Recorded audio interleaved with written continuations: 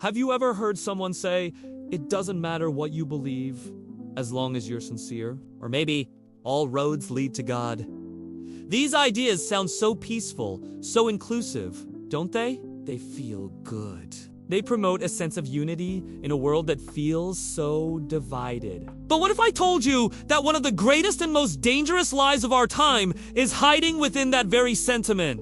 We live in an age of spiritual confusion, where lies are often dressed up as love, and where absolute truth can sound offensive or narrow-minded. It's a world that tells you to follow your heart, to define your own reality, and that your personal truth is the only one that matters. But the Bible warns us that the human heart can be deceptive and that feelings are like shifting sand, a terrible foundation to build a life on. Today, we're going to pull back the curtain on some of the most common lies that have quietly slipped into our culture and even into our churches, and contrast them with the unchanging truth found in God's Word. So let's start with the big one. Lie number 1.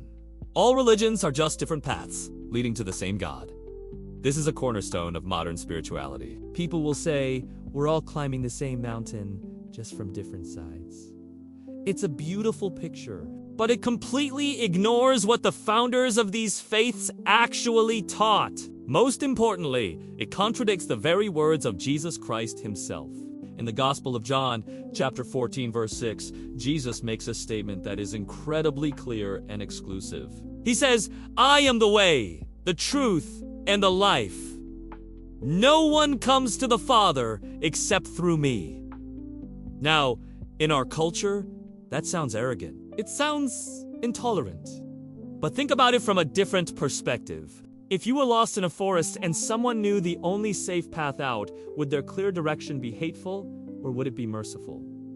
Jesus isn't trying to exclude people.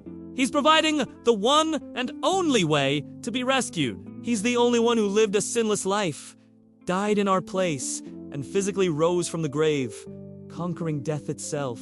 No other religious leader has ever made that claim and backed it up.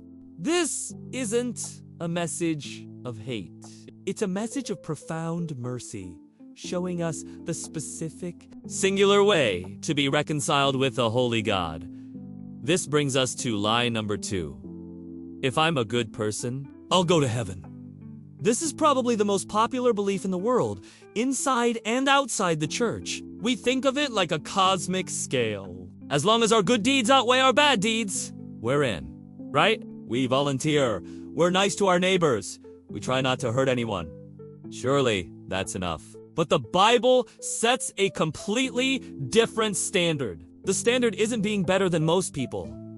The standard is God's perfect holiness. And measured against that, we all fall short. Romans 3:23 puts it plainly, for all have sinned and fall short of the glory of God. Think of it this way.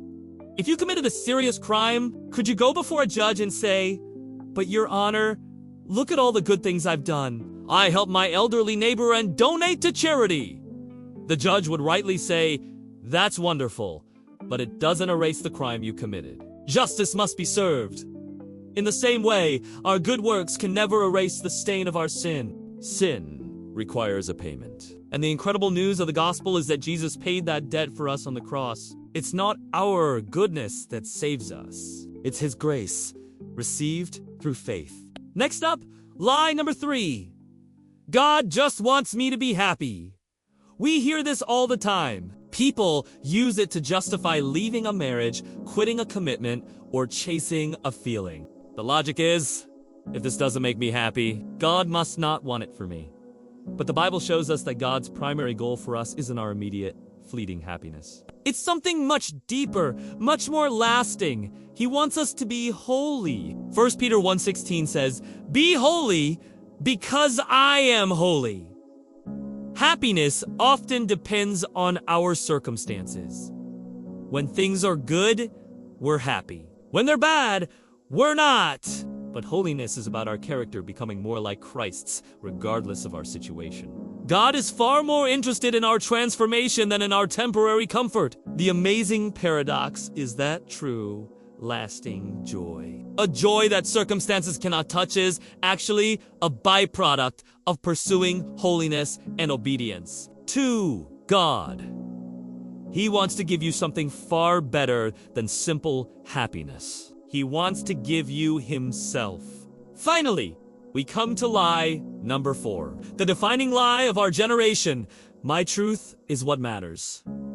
This is the idea that truth is subjective, personal, and something you create for yourself. What's true for you may not be true for me, and that's okay. But this way of thinking is a recipe for chaos. Can you imagine if we applied this to gravity or to medicine? If you build your life on the shifting sands of your own feelings, opinions, and experiences, you will never find solid ground. Truth, by its very nature, is not personal. It's universal and eternal. Jesus didn't say, "I'll show you a truth." He said, "I am the truth." And in John chapter 8, verse 32, he makes a powerful promise. You will know the truth, and the truth will set you free. He didn't say your truth will set you free. He said the truth will set you free. True freedom isn't the ability to do whatever you want. It's being released from the bondage of sin and deception. Look, we've all believed lies at some point. We've all been deceived. But the good news is, you don't have to stay there. Jesus didn't come to condemn you for being lost. He came as the shepherd to find you and bring you home. He came to set you free. The truth isn't just a concept or an idea. The Bible tells us that truth is a person, and his name is Jesus. If you're tired of building your life on lies and you're ready to stand on the solid rock of God's truth, I want to invite you to take the next step. If this message has resonated with you, let us know in the comments below. Let's start a conversation. Let's open the Word together and discover what is real, what is lasting, and what is true. Thank you so much for watching. If this video was helpful, please give it a like and consider subscribing to the channel for more content that dives deep into God's Word. We'll see you in the next one.